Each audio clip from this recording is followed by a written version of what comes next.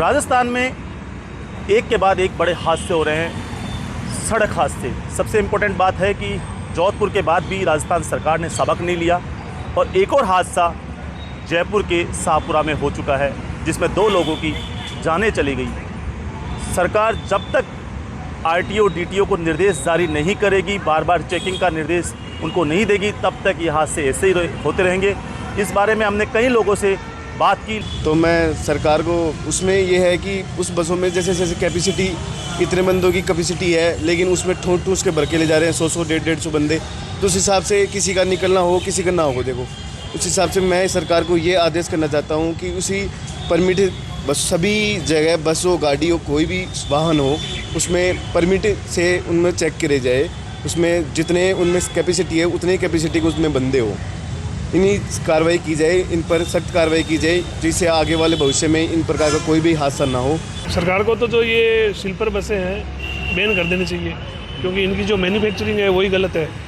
इनकी जो बनावट है वो टेक्निकली सही है ही नहीं, ठूस ठूस के भर लेते हैं, वेंटिलेशन उसका होता नहीं है। फिर उनकी जो वायरिंग होती है वही कमज़ोर होती है। सस्ती बसें होती है, आदमी कमाने के लिए बसें बना रहा है, तो वो बिल्कुल सुरक्षा का ध्यान ही नहीं रख रहा है, स्पीड का ध्यान नहीं रख रहा है। सरकार को क्या करना चाहिए? सरकार को मॉनिटरिंग मजबूत करनी चाहिए, सख्त कार्रवाई करनी चाहिए। सरकार के जो अधिकारी है उनको सरकार को पनिशमेंट करना चाहिए।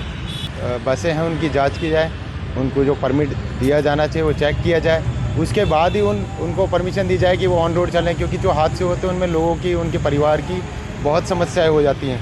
उनकी एक जीवन ही तो होता है इंसान का, जो उसके लिए सबसे इम्पोर्टेंट है। अगर जीवन ही नहीं रहेगा तो फिर क्या होगा। तो इसलिए मेरा एक अनुरोध है सरकार से कि उनकी परमिशन की जांच की जाए, उनको जो परमिट दिया गया है उसकी जांच की है। मैं सरकार से यही निवेदन करना चाहता हूं कि जो भी बसें सड़क पे चल रही है उनका डीटीओ सही तरीके से निरीक्षण करे। उन बसों में एग्जिट गेट नहीं होते, जिसकी वजह से कभी भी ऐसा कोई हादसा होता है तो उसके अंदर जो यात्री होते हैं वो निकल नहीं पाते हैं। बहुत सी बसें हैं जो रात को चलती है, जिसमें ये जो भी है बीच में सरकारी ऑफिसर से बंदी ले लेते हैं और उन बसों को जाने देते हैं बिना चेकिंग किए हुए, जिसकी वजह से रोजाना ये हादसे हो रहे हैं और जनधन की बहुत हानि हो रही है। तो मुझे सरकार से यही निवेदन है कि इन पर सख्त से सख्त कार्रवाई करी जाए।